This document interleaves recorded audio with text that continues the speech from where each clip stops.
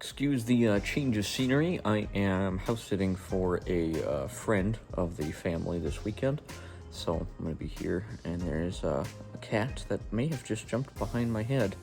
There's a few cats and a dog that may make guest appearances. We'll have to see.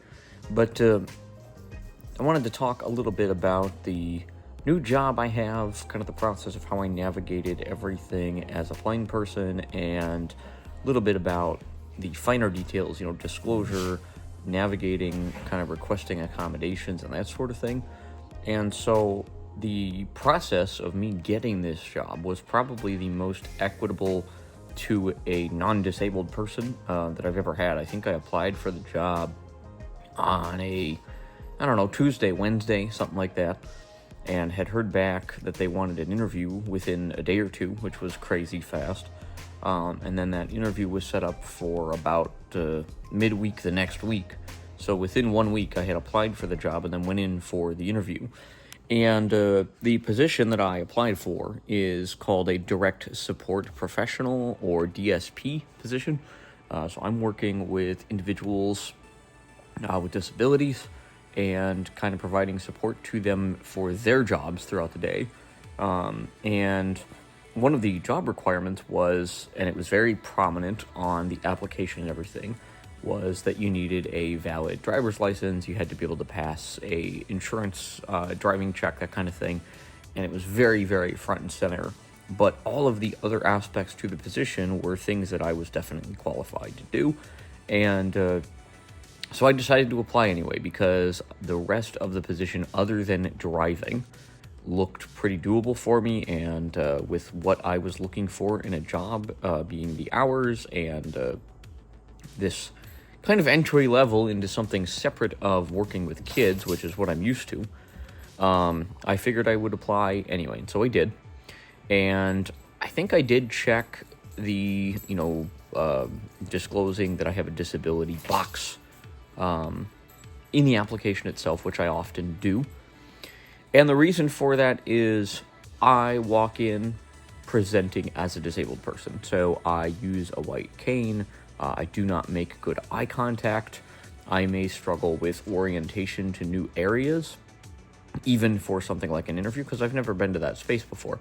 So even if I didn't disclose prior to an interview, it's going to be pretty obvious pretty quick that something is different about me to a potential interviewer, and I don't want that to be the thing that sets the interview off on a weird tone, or that kind of gives someone the idea that something's amiss. And so I am a proponent of disclosure, most of the time for myself, because number one, like I said, I prefer to start off on the foot of transparency. And then number two, I am who I am. I'm pretty confident in that I'm a blind person, and that's not going to change. And so for me, I would rather just be honest. And that is something that's very, very personal, but also very, very under-discussed in the disability community, is the risk. Because there is a risk in disclosing.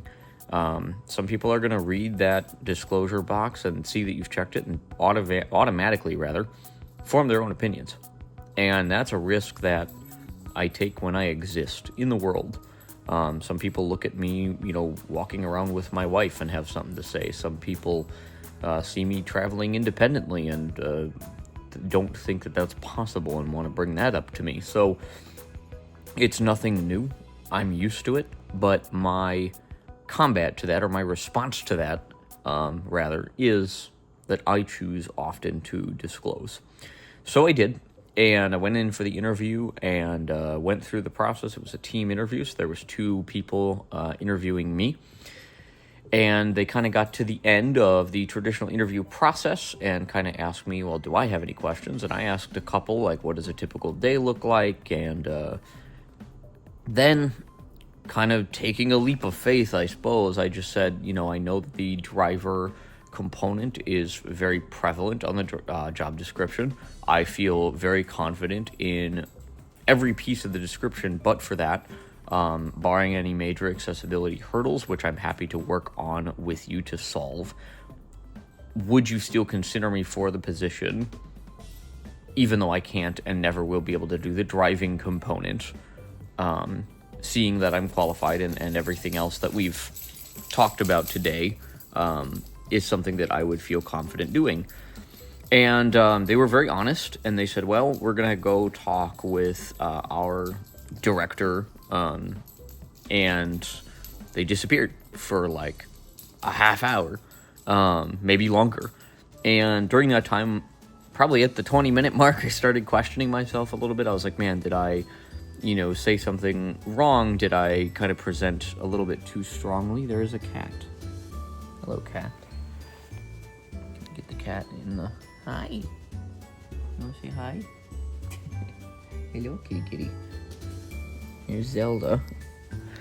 Hi, Zelda. You want to say hi? And then here's the dog. Yeah, are you good? I don't know if I'm getting this on camera very well. You guys are so silly. So I did all that. They disappeared, and they came back, and I was offered the job. So I was pretty excited about that because, number one, it showed that they were willing to work with me with the situation I had laid out, but also that my being confident had paid off in a way. So started the job and kind of got the classroom training done. They were very accommodating in having someone help me fill out the competency tests that we had to do, and reading any materials that I needed to sign so that I could make the informed decision to sign documents as needed.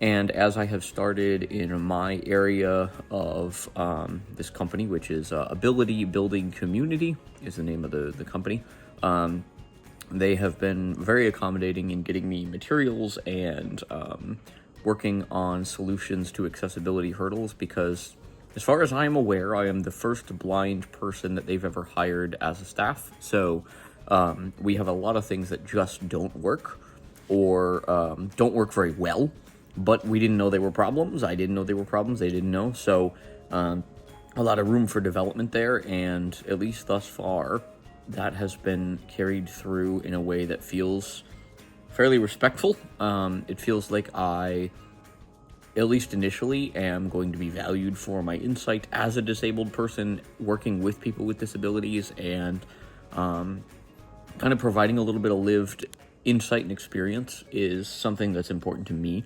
Helping the people that I'm working with every day to live to their greatest potential within the confines of their own situations is really important to me. And has it been perfect? Absolutely not. I'm in the process of trying to get some assistive technology so that I can better streamline my process of development. I'm working on getting things so that we can make braille signs for the building, because they don't have those. We have a little cafe on the site, and I'm looking at getting things together to label that so it can be accessible for me and for others. And honestly, it's a trial. We're still working on things, and that's going to be true, I would guess, for the next 3-4 months as I really get the ball rolling and figure out ways to complete the responsibilities that I have as a DSP. So that's a little bit about everything. Again, for me, it's about being really transparent, being accountable for, hey, here's the things I may or may not be able to do very well, but if I can't do it, here's some workarounds. If I can't do those, what else can I do to contribute? And initially, when I started working, I was so apologetic for my existence because I knew that it was an inconvenience for things not to be accessible, because it meant it took more work for things to become accessible. But now it's like, hey, this system works and doesn't work as it does, and there's nothing that I can do. I'm not a programmer. I'm not an accessibility expert. I've done consulting from my own lived experience, and that's all I can offer, along with my contributions to a workplace. And so those are important things to me that I'm hoping stay true as I continue to grow in the new job, and I wanted to talk a little bit about it today. If you have any specific questions, I'm happy to do my best to answer those. And I'll give another update as we keep rolling over the next few months. If you have anything specific you want me to highlight or talk about relating to the interview process or getting started or disclosure or, how I adapt things for my job, I'm happy to really make any kind of content that you feel might be insightful or helpful for you. So thanks for watching this one. If you have any questions, comments, queries, theories, concerns, or anything else, don't hesitate to let me know down in the comments down below. And with all that said, we'll see you soon. Peace.